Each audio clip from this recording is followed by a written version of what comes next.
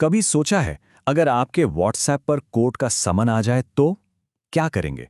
उसे असली मानेंगे या कोई नया स्कैम समझेंगे? भाई, कुछ साल पहले तक तो ये बात एक मजाक ही लगती थी, लेकिन अब ये हमारी कानूनी सच्चाई का हिस्सा है। तो चलिए, आज इसी डिजिटल दुनिया के कानूनी दांव पैंच को जरा आसान भाषा में समझते हैं। तो सवाल सीधा और सिंपल है। क्या पुलिस या कोर्ट्स व्हाट्सएप जैसे ऐप पर भेजा गया कोई कानूनी समन उसे लीगल मान सकती हैं? और इसका जवाब जानना हम सबके लिए बहुत जरूरी है, क्योंकि मामला हमारी सेफ्टी और हमारे हक से जुड़ा है।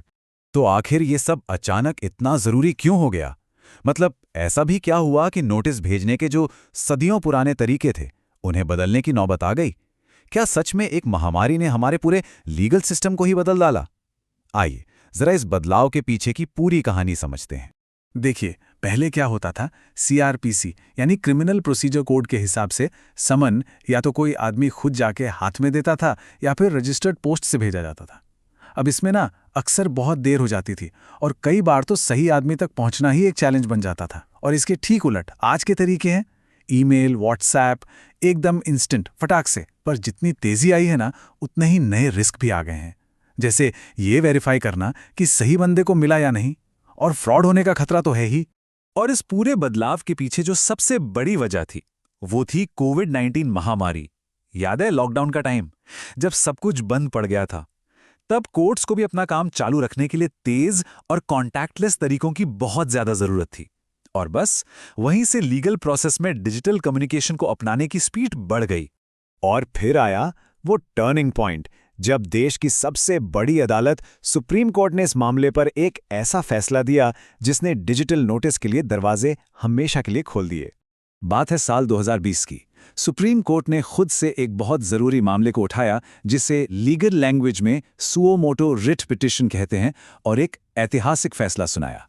उन्होंने बिल्कुल साफ साफ कह दिया कि भाई, नोटिस और समन भेजने के लिए इलेक्ट्रॉनिक तरीकों का इस्तेमाल किया जा सकता है। ये एक बहुत बड़ा, मतलब जबरदस्त चेंज था। और पता है, इसी फैसले के बाद दिल्ली और इलाहाबाद जैसे कई हाई कोर्ट्स ने भी इन नियमों को और पक्का किया। और सबसे मजेदार बात क्या पता है? सुप्रीम कोर्ट ने सिर्फ ईमेल या फैक्स की बात नहीं की, उन्होंने तो व्हाट्सएप, टेलीग्राम और सिग्नल, मतलब इन जैसे इंस्टेंट मैसेजिंग ऐप्स को भी हरी झंडी दे दी। ये एक बहुत बड़ा सिग्नल था कि हमारा जुडिशियल सिस्टम मॉडर्न टेक्नोलॉजी को अपनाने के लिए एकदम तैयार है।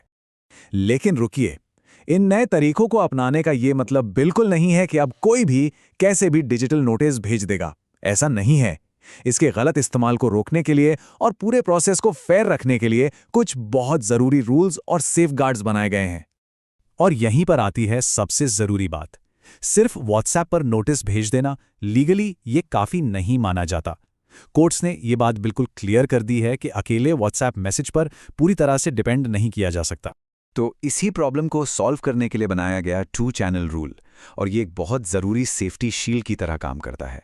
रूल सिंपल है, अगर व्हाट्सएप पर कोई समन या नोटिस आता है तो वो वैलिड तभी होगा जब ठीक उसी टाइम पर एक ऑफिशियल ईमेल भी भेजा गया हो। मतलब दोनों चैनलों से कंफर्मेशन हो जाता है कि नोटिस भेजा भी गया है और मिल भी गया है। अच्छा, वैसे डिजिटल तरीकों के अलावा ना कुरियर सर्विस को भी एक वैलिड ऑप्शन माना गया है, पर इसमें एक शर्त है। शर्त यह है कि कुरियर किसी अप्रूव्ड एजेंसी से ही भेजा जाना चाहिए, और इसकी डिलीवरी का पूरा रिकॉर्ड भी रखना जरूरी है, ताकि बाद में कोई झगड़ा ना हो। तो चलिए, अब इस सारी जानकारी का इस्तेमाल करते हैं खुद को आज के एक बहुत बड़े ऑनलाइन खतरे से बचाने के लिए। क्योंकि देखिए, सही जानकारी होना ही सबसे बड़ा हथियार है। ये डिजिटल अरेस्ट स्कैम के बारे में तो सुना ही होगा आजकल। इसमें स्कैमर्स क्या करते हैं, खुद को पुलिस या कोई सरकारी अफसर बताकर फेक डिजिटल नोटिस भेजते हैं और फिर फौरन अरेस्ट करने की धमकी देकर लोगों को इतना डरा देते हैं कि वो डर के मारे पैसे ट्रांसफर कर देते हैं। इसीलिए जब किसी को असली लीगल प्रोसेस पता होता है तो वो नकली और असली का फर्क आसानी से समझ सकता है। सच कहूं तो यही नॉलेज इन खतरनाक स्कैम्स के खिलाफ सबसे मजबूत ढाल है। तो सवाल ये है कि एक असली डिजिटल नोटिस को पहचाने कैसे? बहुत सिंपल है, कुछ बातें याद रखनी हैं। पहला, ये हमेशा मल्टीपल चैनल पर आएगा, जैसे व्हाट्सएप के साथ साथ ईमेल पर भी। दूसरा, ये एक वेरीफाइबल सरकारी सोर्स से आएगा। तीसरा, इसमें कभी भी फौरन पैसे की मांग या डिजिटल अरेस्ट जैसी धमकियां नहीं होंगी। और चौथा, ये हमेशा एक प्रॉपर लीगल प्रोसीजर को फॉलो करेगा। तो इन सब बातों से हम कहां पहुंचते हैं? हम ये देख रहे हैं कि हमारा लीगल सिस्टम एक बहुत ही डेलिकेट बैलेंस बनाने की कोशिश कर रहा है। एक तरफ है टेक्नोलॉजी की तेजी और दूसरी तरफ है आम आदमी की सेफ्टी।